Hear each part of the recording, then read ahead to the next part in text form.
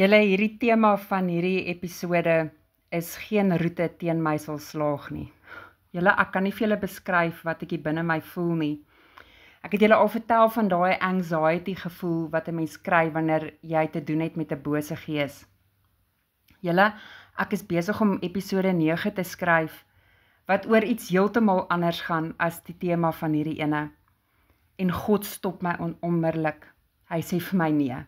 Hierdie is nie waaroor episode 9 gaan nie. Hy wil my voorberei vir 'n attack wat nog nie gebeur het nie. Dit is op pad. Julle, hierdie is 'n leap of faith, laat ek vir julle vertel.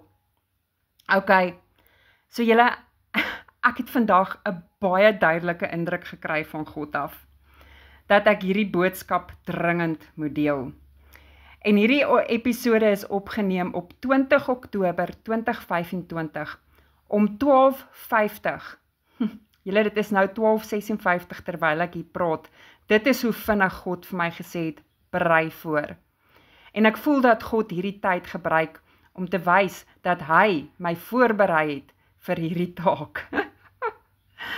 Julle, die tema vandag is: geen roete wat teen my beplan word sal ooit jou eindbestemming bereik nie. Julle, ek sit hier met hartkloppings, ek weet iets is op pad om te gebeur. God beskerm sy geroepenis. Julle kan enige planne teen 'n mens maak. Jy kan 'n regter wees, 'n advokaat, 'n prokureur, maar julle het geen reg oor my nie. God is my beskerming. Hy werk altyd vooruit op sy tydlyn en niemand kan sy plan teen my keer nie.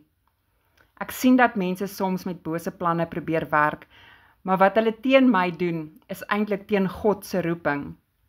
Wanneer jy teen God se plan werk, speel jy met vuur, en God se woord waarsku jou, draai terug na hom toe, want net God het die waarheid. En ek sê vir julle vandag, wat ek as my taak ontvang het van God, dit is duidelik. Hy stuur boodskappe vooruit, selfs voordat dinge gebeur. Hy is 'n voorbeeld. God is altyd op 'n tydlyn vooruit. Ek weet dit gaan gebeur, want God het vir my die boodskap gegee. Dit maak nie saak wat jou rol op aarde is nie, God beskerm sy eie.